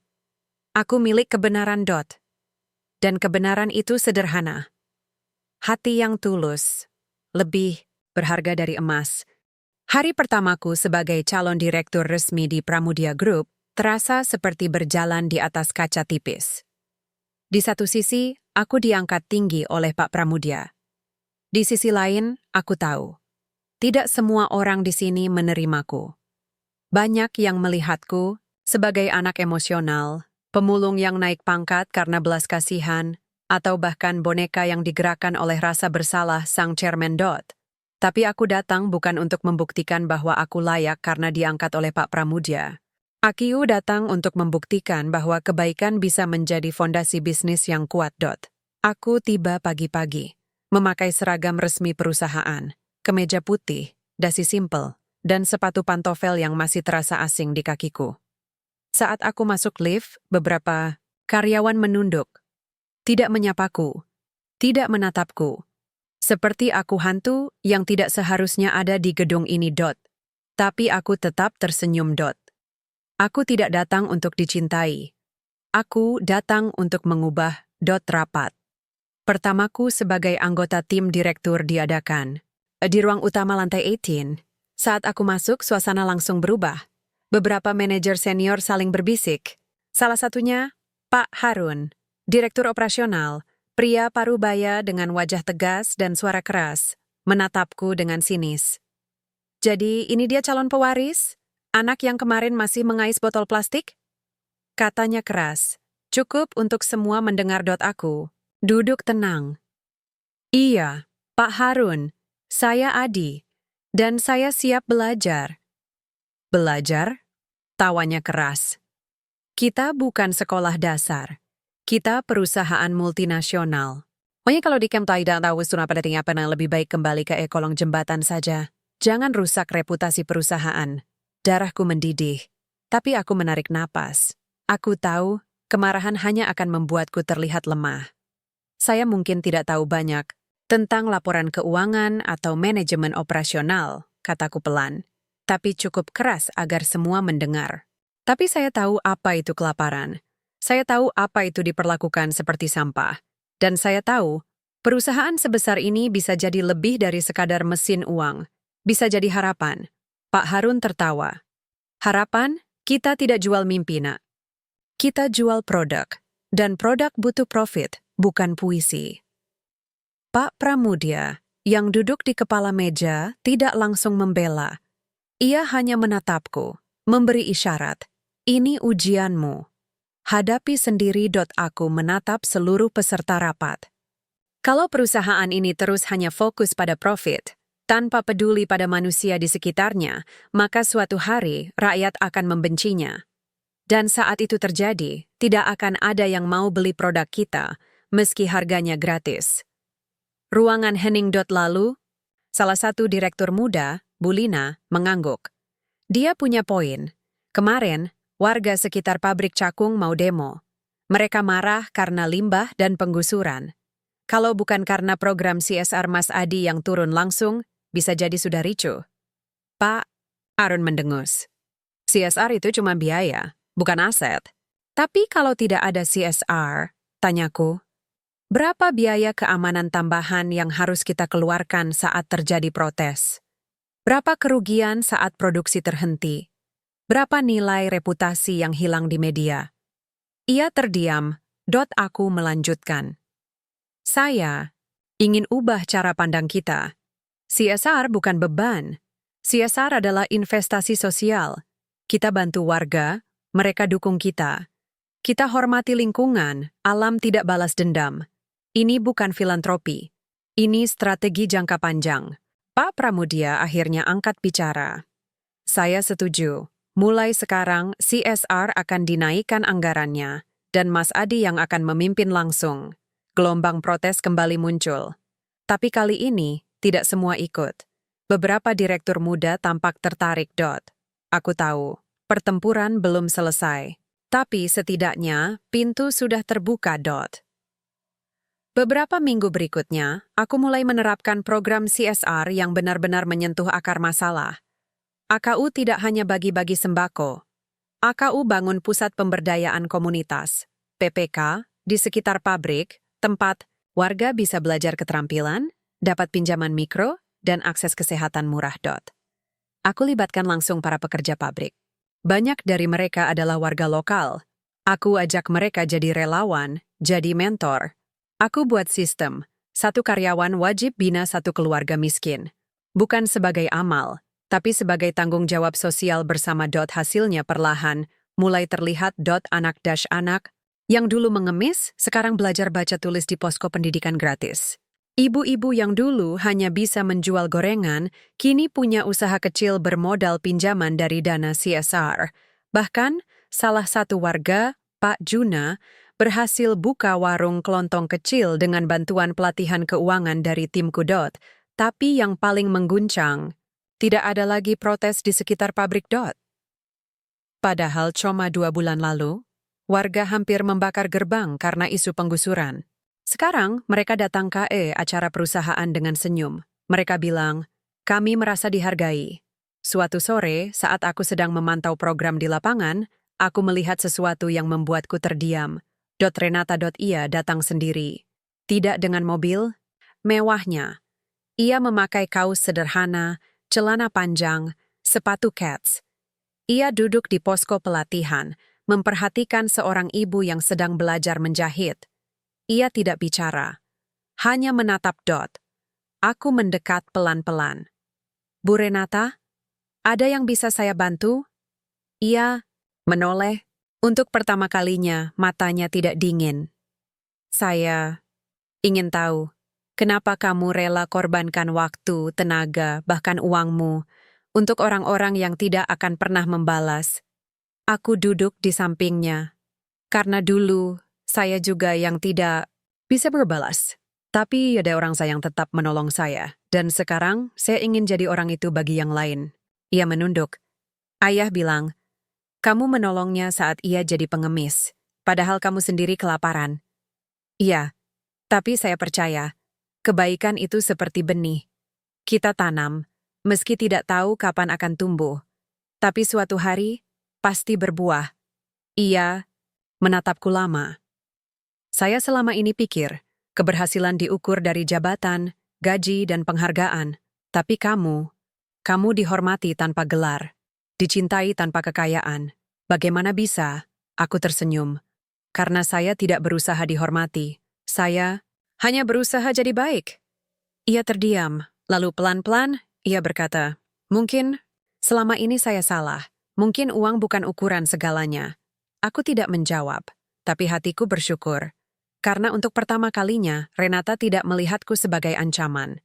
Ia melihatku sebagai manusia. Beberapa hari kemudian, terjadi krisis besar. Sebuah artikel viral di media online menuduh Pramudia Group melakukan pencemaran lingkungan di wilayah pabrik Cakung.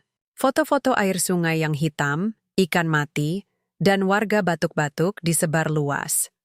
#boycott Pramudia Group menjadi tren di media sosial. Dewan direksi panik. Mereka ingin langsung keluarkan pernyataan. Itu hoax. Kami sudah audit. Tidak ada pelanggaran. Tapi, aku memenlak. Kita tidak boleh menyangkal begitu saja, kataku dalam rapat darurat. Kita harus turun. Kita harus dengar langsung dari warga. Pak Harun marah. Kamu mau bocorkan rahasia perusahaan? Biarkan mereka menghancurkan nama baik? Kita? Nama baik tidak bisa dibangun dengan menutupi, jawabku. Tapi dengan transparansi. Pak Pramudia mengangguk. Adi benar. Kita harus turun. Malam itu kami mengadakan pertemuan terbuka di halaman pabrik. Aku yang memimpin. Aku ajak tim ahli lingkungan, undang warga, wartawan, dan aktivis. Aku berdiri di depan ratusan orang, megafon di tangan. Saya Adi Darmawan. Saya bukan hanya direktur di sini. Saya lahir dan besar di sini. Saya tahu rasa air sungai ini. Saya tahu bau udara di sini. Dan saya tidak akan diam jika ada yang merusak tempat ini. Aku umumkan hasil audit independen. Memang ada kebocoran, sepipa limbah kecil yang belum terdeteksi. Bukan skandal besar, tapi tetap kesalahan. Kami akui kesalahan ini, kataku. Kami akan perbaiki. Kami akan ganti semua pipa. Kami akan buka akses audit setiap bulan. Dan kami akan bayar ganti rugi untuk warga yang terdampak. Warga terdiam. Lalu, satu persatu, mereka mulai bertepuk tangan. Wartawan terkejut. Anda mengakui kesalahan, padahal bisa ditutupi? Kebenaran tidak perlu ditutupi, kataku. Yang perlu ditutupi adalah hati yang tidak peduli, dan kami tidak ingin jadi seperti itu. Esok harinya, judul media berubah. Pramudia Group akui kesalahan, warga puas, CEO muda dari jalanan. Jadi sorotan nasional. Pak Harun datang ke kantorku. Wajahnya berbeda, tidak sinis, tapi hormat. Saya salah menilai kamu, Mas Adi, katanya pelan. Kamu bukan hanya baik, kamu juga cerdas dan berani. Aku mengulurkan tangan. Saya bukan musuh, Pak. Saya rekan. Kita bisa bangun perusahaan yang tidak hanya kaya, tapi juga bermartabat. Ia menggenggam tanganku. Saya siap belajar.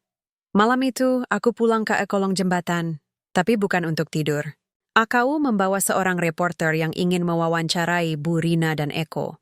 AKU ingin dunia tahu, dari tempat ini lahir harapan. Saat aku duduk di tikar, memandang langit Jakarta yang masih gelap, aku tersenyum. Aku tahu, perjalanan masih panjang. Tapi, untuk pertama kalinya aku merasa, aku bukan hanya bertahan. Aku sedang membawa perubahan. Hari ini, hujan turun sejak pagi. Jakarta basah. Jalanan macet, udara lembab. Tapi hatiku terasa ringan. Untuk pertama kalinya, aku merasa seperti benar-benar diterima, tidak hanya sebagai direktur, bukan hanya sebagai anak angkat Pak Pramudia, tapi sebagai manusia yang punya tempat di dunia ini. Setelah insiden pengakuan kesalahan perusahaan dan respons transparan kami terhadap isu lingkungan, media mulai menyebutku dengan julukan yang membuatku malu. CEO dari kolong jembatan. Tapi, bukan karena merendahkan, melainkan karena kagum. Banyak artikel menulis tentang perjalanan hidupku, dari pemulung hingga calon penerus perusahaan besar. Beberapa bahkan menyebutku sebagai simbol harapan bagi jutaan anak miskin di Indonesia. Tapi yang paling mengguncang hatiku bukan pujian dari luar melainkan perubahan yang mulai kurasakan dari dalam, dari seseorang yang dulu membenciku lebih. Dari siapapun Renata. Ia tidak lagi memanggilku pemulung atau sampah masyarakat. Ia bahkan mulai hadir di setiap program lapangan, tanpa dikomando, tanpa diminta. Ia datang, duduk di tanah, mendengarkan, mencatat. Tapi bukan lagi angka profit, melainkan cerita-cerita kecil dari warga Aku tidak tahu kapan tepatnya hatinya mulai mencair. Mungkin saat ia melihat Bu Rina menangis karena bisa berobat gratis.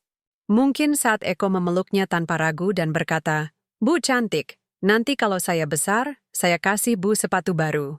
Atau mungkin saat ia menyadari bahwa uang yang selama ini ia anggap sebagai ukuran keberhasilan, ternyata tidak bisa membeli senyum tulus dari seorang nenek, yang akhirnya bisa tidur nyenyak, setelah lama hidup dalam ketakutan akan digusur hari. Ini, ia datang ke Eposko pelatihan dengan tangan kosong. Tidak membawa tablet, tidak memakai blazer. Ia memakai kaos biru tua, rambutnya diikat simpel, wajahnya tanpa makeup tebal. "Mas Adi," panggilnya pelan. "Boleh saya ikut bantu di dapur umum?" Aku terkejut. "Dapur umum? Tapi itu pekerjaan berat, Bu. Panas, asap, tangan bisa kotor." Ia tersenyum tipis. Saya pikir, sudah saatnya tangan saya kotor untuk alasan yang benar. Aku mengangguk, hati terasa hangat. Kami masuk KE dapur kecil yang kami bangun dari bekas kontainer.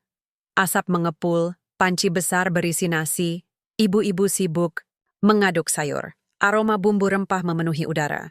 Renata langsung menggulung lengan bajunya, mencuci tangan, lalu mulai membantu mengiris bawang. "Ini pertama kalinya saya masak," katanya sambil tertawa kecil. "Di London dulu, saya punya koki pribadi. Sekarang, Anda punya kami," jawabku. "Dan kami punya bawang yang bisa bikin Anda menangis." Ia tertawa, tawa yang tulus, tidak dipaksakan. Pertama kalinya aku melihatnya tertawa seperti itu, Tapi saat ia mulai mengiris, matanya benar-benar berkaca-kaca. Bukan karena bawang, tapi karena sesuatu yang lebih dalam. "Aku merasa bodoh, Mas?" bisiknya. Suaranya bergetar. Selama ini aku pikir dunia ini hanya tentang angka, prestasi, dan kekuasaan. Aku pikir orang miskin tidak punya nilai karena mereka tidak punya uang. Tapi sekarang, aku melihat mereka punya lebih banyak dari yang kumiliki. Aku berhenti, mengaduk nasi menatapnya. "Apa yang Bapak maksud?" "Mereka punya rasa syukur. Mereka punya kebersamaan. Mereka saling tolong tanpa hitung-hitungan. Aku tumbuh sendiri, Mas. Ayah sibuk kerja. Ibu sudah meninggal waktu aku kecil. Aku dibesarkan oleh pengasuh, sekolah di luar negeri, lulus dengan predikat cum laude, tapi aku tidak pernah merasa dicintai karena aku. Aku dicintai karena aku anak chairman. Aku terdiam. Aku tidak pernah membayangkan bahwa di balik kemewahannya ada kesepian yang dalam. Tapi kamu, lanjutnya, menatapku.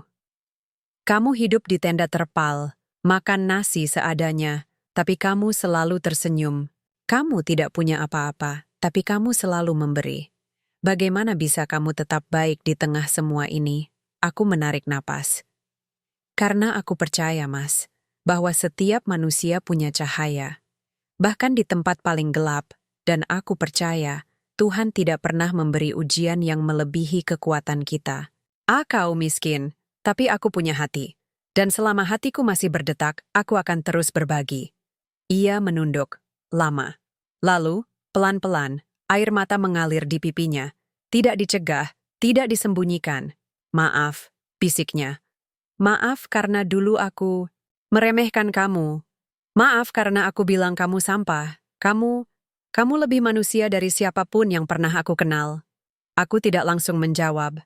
AKU hanya mengambil sapu tangan dari saku, memberikannya. "Tidak perlu minta maaf, Bu. Yang penting, sekarang Bapak melihat." Ia mengangguk, menghapus air matanya. Aku melihat, dan aku tidak ingin kembali ke dunia yang buta. Beberapa hari kemudian, Terjadi sesuatu yang tidak terduga. Burina, tetanggaku di kolong jembatan. Kondisinya memburuk. Batuknya parah, napasnya sesak. AKU bawa ia ke rumah sakit, dan dokter bilang ia butuh perawatan intensif, termasuk oksigen dan obat, mahal yang tidak terjangkau oleh dana CSR. Aku langsung ke kantor, meminta izin Pak Pramudia untuk menggunakan dana darurat perusahaan. Mai, touch-nya menggeleng. Dana itu untuk korporasi, nak. Tidak bisa digunakan untuk individu. Aku merasa hancur. Tapi Bu Rina, dia seperti ibu bagi saya. Dia yang merawat saya waktu kecil. Saya tidak bisa tinggal diam. Pramudia menatapku. AKU mengerti, tapi aturan harus ditegakkan. Kecuali, kamu mengajukan proposal resmi. Program bantuan kesehatan untuk warga sekitar. Jika disetujui Dewan, maka bisa digunakan. Aku mengangguk. Saya akan buat. Tapi saat aku mulai menulis proposal, aku sadar. Aku tidak punya data lengkap. Tidak punya format perusahaan. Tidak punya waktu. Karena harus urus Bu Rina. Malam. Itu, saat aku duduk di bangku rumah sakit kelelahan, HP-ku berdering. Renata. Mas Adi, saya lihat kamu tidak masuk kantor. Ada apa? Aku ceritakan tentang Bu Rina. Ia terdiam sebentar. Saya bantu kamu buat proposalnya. Saya kirim tim data untuk kumpulkan informasi. Dan saya akan presentasikan langsung ke Dewan. Aku terkejut. Tapi, Bapak tidak perlu repot-repot. Saya ingin repot, potongnya. Ini bukan lagi tugas. Ini hati. Malam itu, ia datang ke rumah sakit. Membawa laptop, kopi, dan makanan. Ia duduk di sampingku, membantuku menyusun proposal. Kami bekerja sampai subuh. Ia yang mengatur grafik, aku yang memberi cerita nyata dari warga. Besoknya ia presentasikan proposal itu di depan Dewan Direksi, dengan semangat yang tidak pernah kulihat sebelumnya. Ini bukan cuma soal satu nyawa, katanya tegas. Ini soal prinsip. Apakah kita perusahaan yang hanya peduli pada angka, atau perusahaan yang peduli pada manusia? Jika kita tidak bisa menyelamatkan seorang ibu yang telah merawat anak kita sendiri, lalu apa artinya semua kekayaan ini? Dewan terdiam. Pak Harun, yang dulu paling menentangku, mengangkat tangan. Saya setujui program ini. Proposal disetujui, dana segera cair. Bu Rina bisa dirawat. Saat aku memberitahu Bu Rina, ia menangis. Kamu punya malaikat, nak? Aksau menatap Renata yang berdiri di ambang pintu. Ia tidak masuk. Tapi ia tersenyum. Dan untuk pertama kalinya, aku merasa ada sesuatu yang tumbuh di antara kami. Bukan karena jabatan. Bukan karena paksaan. Tapi karena perjalanan panjang yang kita lalui bersama. Dari kebencian, ragu, pengertian, hingga rasa yang sulit ku deskripsikan. Cinta ? Belum. Tapi setidaknya, ada penghargaan. Ada rasa saling mengerti. Ada jembatan yang mulai terbentuk di atas jurang kelas, kemewahan, dan masa. Lalu beberapa minggu kemudian, Pak Pramudia memanggil kami berdua ke ruang kerjanya. Ia tersenyum. AKU melihat perubahan. Bukan hanya di perusahaan, tapi di hati kalian berdua. Renata menunduk. Aku hanya diam. Adi, katanya, kamu telah membuktikan bahwa kebaikan bisa mengubah dunia. Dan Renata, kamu telah membuktikan bahwa hati yang beku bisa mencair. Ia menatap kami berdua. Aku tidak tahu masa depan kalian, tapi aku tahu satu hal. Jika kalian bersatu, bukan hanya perusahaan ini yang akan berubah, tapi Indonesia. Aku menatap Renata.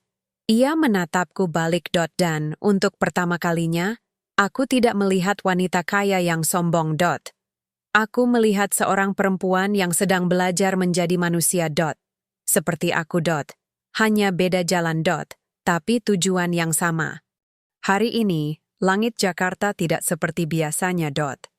Biasanya cuma langit kota ini kelabu, tertutup asap, polusi, dan awan panas dari ribuan gedung.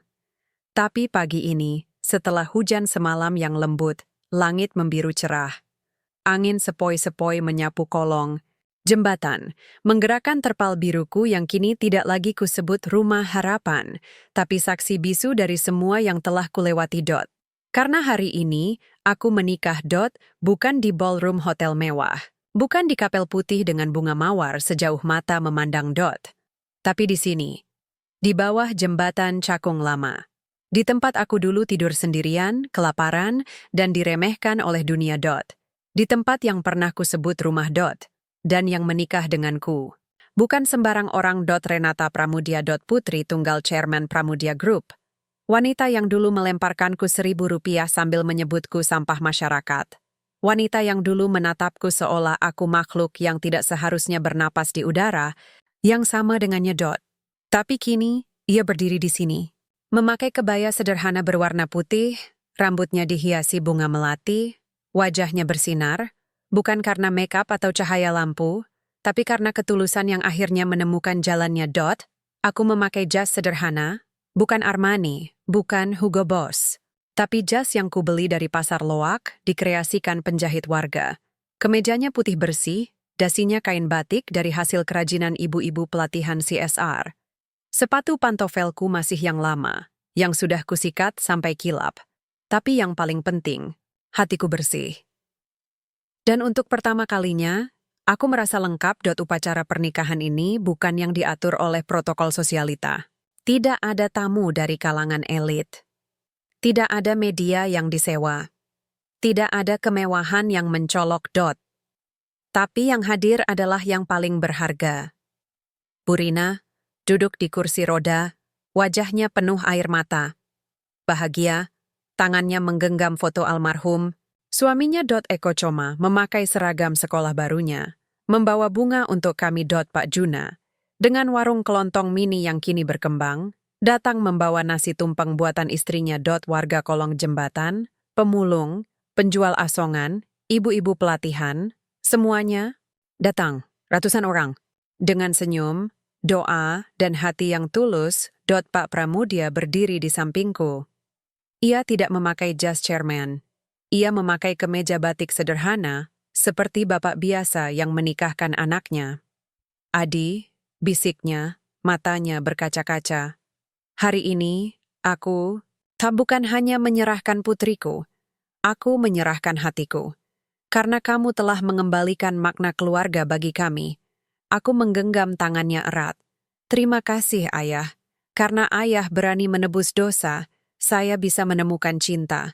Di pelaminan sederhana yang terbuat dari bambu dan terpal, di bawah spanduk bertuliskan, "Selamat menempuh hidup baru Adi and Renata," yang ditulis tangan oleh anak-anak dari posko pendidikan, kami mengucap janji. Tidak dengan kalimat rumit dari kitab suci yang tidak ku mengerti, tapi dengan kata-kata sederhana yang lahir dari perjalanan hidup.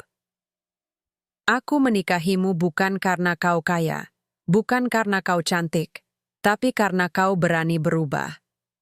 Aku menikahimu karena kau akhirnya melihat dunia dengan hati, bukan dengan uang. Aku menikahimu karena kau mengajarkanku bahwa cinta sejati bukan tentang status, tapi tentang saling mengangkat. Renata menangis, tapi kali ini bukan karena sedih, tapi karena ditemukan. Aku menikahimu karena kau mengajarkanku arti kebaikan, karena kau tetap tersenyum meski dunia ini kejam, karena kau memberi tanpa pamrih. Aku menikahimu bukan untuk mengubahmu, tapi agar aku bisa terus belajar darimu. Saat imam menyatakan kami resmi menjadi suami istri, seluruh warga berdiri, bertepuk tangan, bersorak, bahkan menangis. Anak-anak melemparkan bunga Kamboja. Eko berteriak, "Hidup Mas Adi, hidup Bu Renata." Dan di tengah kebahagiaan itu, aku melihat ke langit. Seperti jawaban dari doa-doa yang pernah kusampaikan di malam-malam dingin di kolong jembatan, awan membentuk bentuk yang aneh, 2 burung terbang berdampingan, seperti ayah dan ibuku, seperti pasangan yang akhirnya bisa tersenyum dari surga.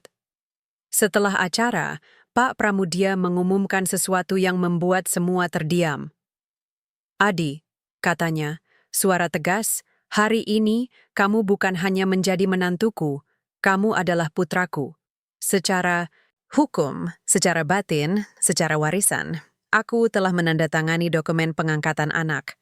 Kamu resmi menjadi Adi Darmawan Pramudia." Ia mengeluarkan sebuah dokumen emas, disegel, dan menyerahkannya padaku. Aku menatapnya, tidak bisa berkata apa-apa. Hanya air mata yang mengalir. Tapi ayah, kataku pelan, saya tidak ingin warisan uang. Saya tidak ingin jadi kaya karena darah. Pak Pramudia tersenyum. Kekayaan bukan milikmu, nak, tapi tanggung jawab. Dan kamu telah membuktikan bahwa kamu siap memikulnya. Aku mengangguk.